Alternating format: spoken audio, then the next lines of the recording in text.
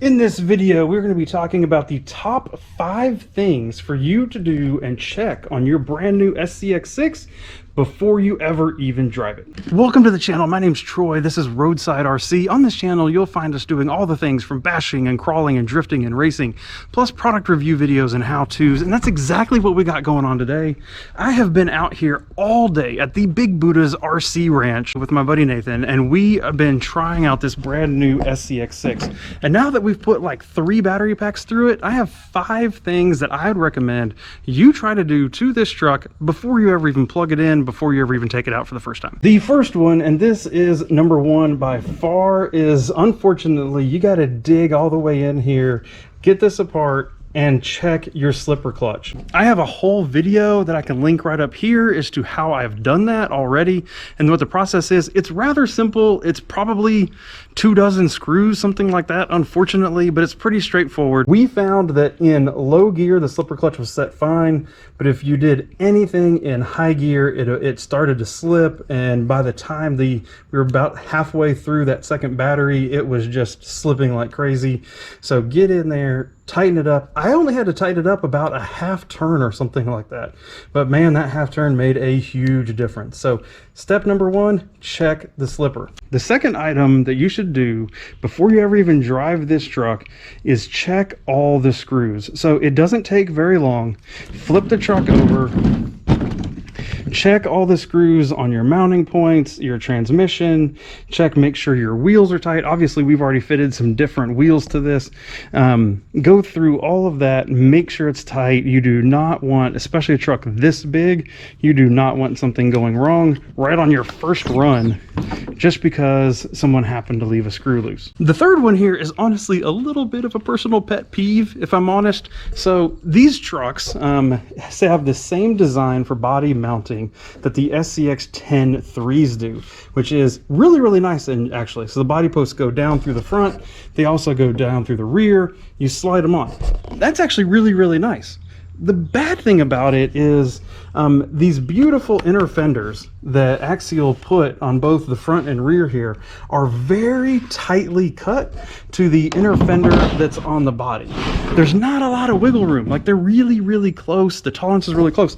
And so honestly, when you put the body on, every time it hangs up on these fenders right here, and then you're having to finagle it and you're having to wiggle it, and once you start to get it set down there, then you're going to hit right in here on these inner pieces. It's just too difficult for a big toy. Like, this is supposed to be fun, not frustrating.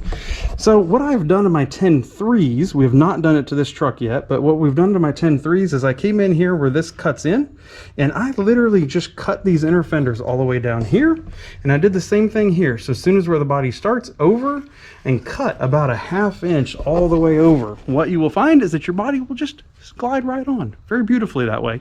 The other piece of that is I actually halved these inner pieces here, so you can see how they have kind of a lower lip, and then they have these 3 taller lips on the inside. I literally just came in and took those almost all the way off. Yeah, it makes mounting that body so much easier. Just do it. Hey, and bonus is you get to lose a little bit of weight from your truck too. Like, it's a win-win. The fourth item that we will do straight out of the box is this servo, right? I'll be honest, it's actually pretty pitiful. This is about one of the weakest for the vehicle servos that I've ever seen and are ready to run.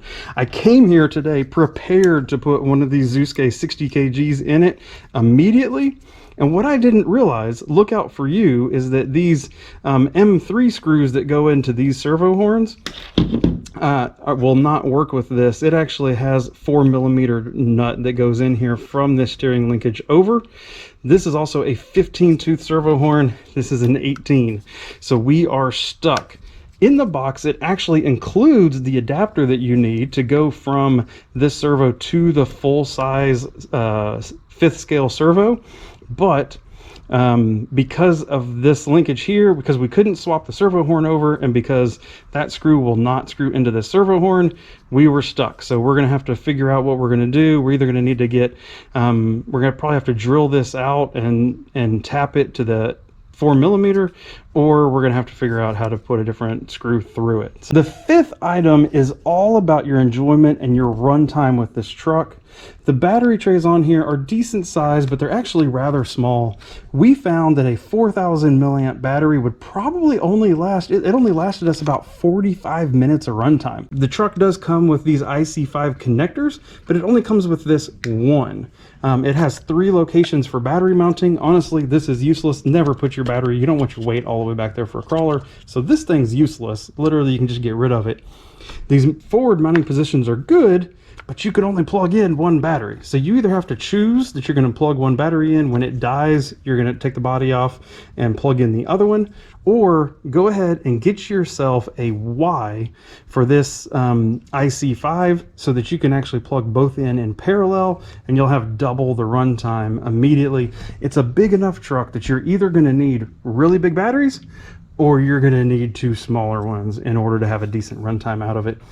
I found an IC5Y connector that's already made. I'm going to put a link to it down below in the comments. And just for the fun of it, I'm going to give you a fun 6th tip, bonus one just for sticking around this long in the video. These are 3.9 old Yeti XL wheels with some RC 4-wheel drive Rock Crusher 40 series tires on them. They actually fit. They actually fit underneath the factory body. When it flexes and all that, you get a little bit of body rub, but that's a bonus tip. You might already have, if you do other forms of RC, some 17 millimeter wheels that these 10 millimeter nuts will still screw onto. They don't screw on by a lot, but they screw on by a little bit. You might still have some of those somewhere, so look in your cabinets and see if you have some fun tires that may fit on the truck. So that's it. Top 5 items plus a bonus one. Check this out before you ever even drive your truck. I hope this was useful for you. Please let me know down in the comments if you have any other items. If you got this truck, if you stumbled across anything else, let's make this useful for other people that come down and check it. So please leave other comments, other suggestions that you have down in the comments, and we will we'll go down and check them out and be able to share those with others. So thank you for watching. Please come over here, see some of the other SCX6 content that we've already made, and we will see you in the next video. So thank you and goodbye.